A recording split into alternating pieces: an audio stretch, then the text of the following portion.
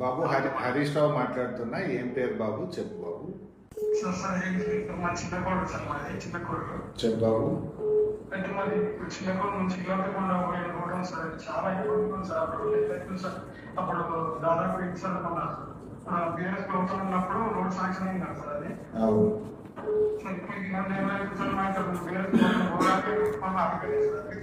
Start చేసి ఆగిపోయింది sir. అవును బాబు.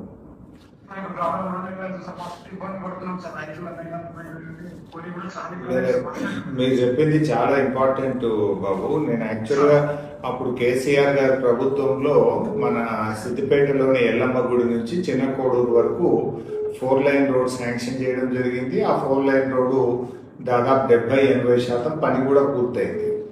ఒక 20-30% పని మిగిలి ఉన్నది. దురదృష్టవశాత్తు బీఆర్ఎస్ ప్రభుత్వం పోయి కాంగ్రెస్ ప్రభుత్వం వచ్చిన తర్వాత ఈ 3 సంవత్సరాల నుంచి తట్టెడు మట్టి కూడా పోయలేదు. ఎక్కడేసిన గొంగళి అక్కడే అన్నచందంగా తయారైపోయింది. కానీ కాంగ్రెస్ ప్రభుత్వం కావాలని పగబట్టి ఇవాళ డెవలప్మెంట్ కార్యక్రమాన్ని ఆపుతా ఉన్నారు. సిద్దిపేట నియోజకవర్గంలో కొత్త రోడ్లు ఒక్కటి ఇవ్వలే, కానీ కనీసం అప్పటికే మంజూరై 60%, 70% పూర్తయిన పనులు అవి కూడా పూర్తి చేయడం లేదు. వాటిని కూడా కొనసాగించకపోవడం వల్ల ఇవాళ మెట్టుబండల దగ్గర పెద్ద పెద్ద గుంతలు ఏర్పడ్డాయి.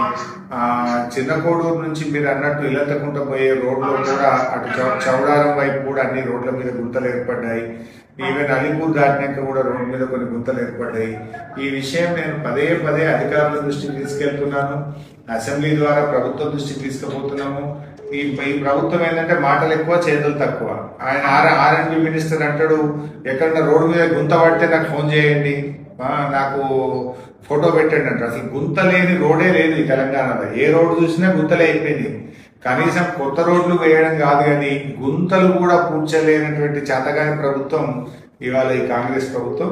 మీరు గమనిస్తే గత 10 సంవత్సరాలు బీఆర్ఎస్ ప్రభుత్వం ఉన్నప్పుడు సిద్దిపేట నియోజకవర్గంలో ఎక్కడ ఏ ఒక్క రోడ్డు మీద గింత గుంత లేకుండా చూసినాం. ఇన్ఫాక్ట్ ఇవాళ రాజీవ్ రహదారి మీద నేను ఇందాక అనంత్ సాగర్ మేడిపల్లి పోయి వస్తుంటే రాజీవ్ రహదారి మీద అంత పెద్ద మెయిన్ రోడ్ కరీంనగర్ రోడ్ మీదనే గుంతలు లేవు. ఎక్కడికక్కడ రోడ్ గుంతలు పడితే అది కూడా పూడ్చడం చేతగాని ప్రభుత్వం ఈ కాంగ్రెస్ ప్రభుత్వం. ఇవాళ చాలా బాధగా ఉంది నాకు కూడా. వాస్తవానికి నేనే ఈ మధ్య అనుకున్నా, ఈ చిన్నకోడూరు రోడ్డు మీద ఒక రోజు శ్రమదానం పెట్టుకుందాం అనుకుంటున్నా. స్వయంగా నేనే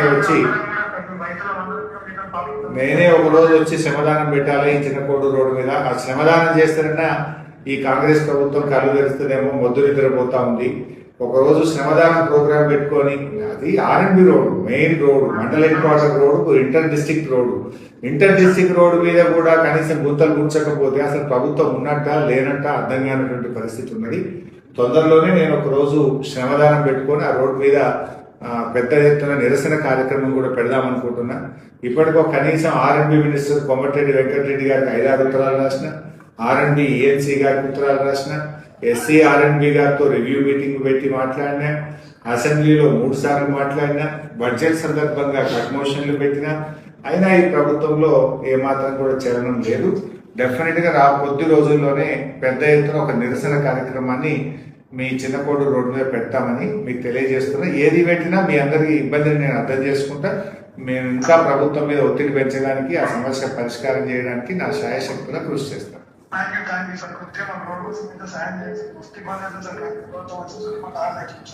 తప్పకుండా ప్రయత్నం చేస్తాను.